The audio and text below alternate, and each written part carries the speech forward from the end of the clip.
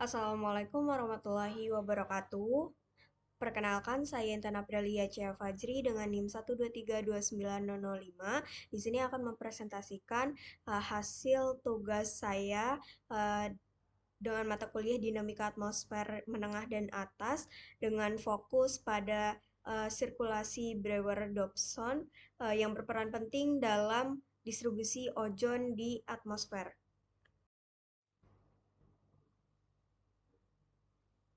Pada presentasi kali ini akan membahas mengenai 4 bagian utama, yaitu sirkulasi Brewer-Dobson, selanjutnya fenomena ozone hole, sudden stratospheric warming, serta analisis keterkaitan antara ketiganya dalam sistem atmosfer. Masuk ke bagian pertama, sirkulasi Brewer-Dobson, yaitu upwelling dan juga downwelling, di mana pada sirkulasi Brewer-Dobson, proses utama dimulai dari wilayah tropis, di mana terjadi upwelling, yaitu udara naik dari troposfer ke stratosfer akibat pemanasan matahari yang kuat dan juga aktivitas konveksi. Udara yang naik ini kemudian bergerak secara horizontal menuju lintang menengah hingga tinggi. Setelah mencapai daerah tersebut, udara mengalami downwelling, yaitu penurunan kembali ke lapisan atmosfer yang lebih rendah. Proses ini sangat penting karena menjadi mekanisme utama yang membawa ozon dari daerah pembentukannya di tropis menuju daerah lintang tinggi, sehingga mempengaruhi distribusi ozon secara global. Selanjutnya yaitu peran gelombang, di mana sirkulasi Brewer-Dobson tidak terjadi secara spontan, tetapi didorong oleh gelombang atmosfer, terutama Rossby wave dan gravity wave yang berasal dari troposfer. Gelombang ini merambat ke atas menuju stratosfer dan membawa momentum serta energi. Ketika momentum ini diserap di stratosfer, ia mendorong terjadinya sirkulasi meridional, yaitu pergerakan udara dari tropis ke kutub tanpa adanya mekanisme transfer momentum dari gelombang ini. Sirkulasi Brewer-Dobson tidak akan terbentuk secara efektif. Oleh karena itu, gelombang atmosfer berperan sebagai penggerak utama dari sirkulasi ini. Selanjutnya yaitu Age of Air and Ozone, di mana konsep dari Age of Air ini menjelaskan lamanya waktu udara berada di stratosfer sejak naik dari troposfer. Di daerah tropis, udara memiliki age of air yang relatif muda karena baru saja mengalami upwelling. Sebaliknya, di lintang tinggi, udara memiliki age of air yang lebih tua karena telah mengalami perjalanan yang panjang melalui sirkulasi Brewer-Dobson. Semakin lama udara berada di stratosfer, semakin banyak ozon yang dapat terakumulasi. Inilah sebabnya konsentrasi ozon cenderung lebih tinggi di lintang menengah dan tinggi dibandingkan di daerah tropis. Kemudian, kenapa maksimum ozon bukan di tropis? Meskipun dari produksi ozon terbesar terjadi wilayah tropis karena intensitas radiasi UV yang tinggi, konsentrasi maksimum ozon justru tidak ditemukan di sana. Hal ini disebabkan oleh dua faktor utama, yaitu transport oleh sirkulasi Brewer-Dobson dan proses kimia di atmosfer. Ozon yang terbentuk di tropis dengan cepat diangkut ke lintang lebih tinggi, sehingga tidak sempat menumpuk. Selain itu, radiasi UV yang tinggi di tropis juga mempercepat proses penghancuran ozon. Akibatnya, akumulasi ozon lebih dominan terjadi di lintang menengah hingga tinggi.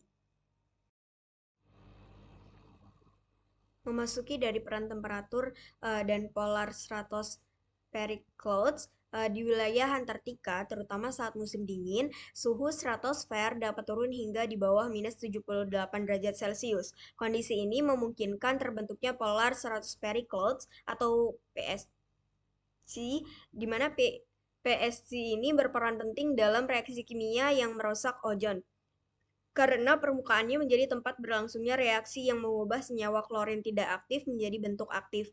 Klorin aktif ini kemudian dapat menghancurkan ozon secara cepat ketika terkena sinar matahari pada musim semi. Oleh karena itu, keberadaan PSC merupakan faktor kunci dalam terbentuknya ozone hole. Selanjutnya, polar vortex, di mana Polar vortex adalah sistem sirkulasi angin kuat yang mengelilingi kutub di stratosfer. Di Antartika, polar vortex cenderung sangat kuat dan stabil, sehingga membentuk penghalang yang mengisolasi massa udara di dalamnya dari udara di luar. Isolasi ini menyebabkan udara di dalam vortex menjadi sangat dingin dan tidak tercampur dengan udara yang lebih hangat dan kaya ozon dari lintang menengah. Akibatnya, kondisi di dalam vortex menjadi sangat mendukung proses penipisan ozon secara intensif. Selanjutnya yaitu peran Brewer-Dobson circulation di ozone hole, di mana sirkulasi Brewer-Dobson sebenarnya berfungsi untuk mengangkut ozon dari tropis ke wilayah kutub. Namun di Antartika, ozon yang dibawa oleh sirkulasi ini tidak dapat bertahan lama karena langsung dihancurkan oleh reaksi kimia yang melibatkan klorin aktif. Hal ini menyebabkan adanya ketidakseimbangan antara suplai ozon dan laju penghancurannya. Akibatnya, meskipun Brewer-Dobson circulation terus membawa ozon ke kutub, konsentrasi ozon tetap menurun dan terbentuklah ozone hole.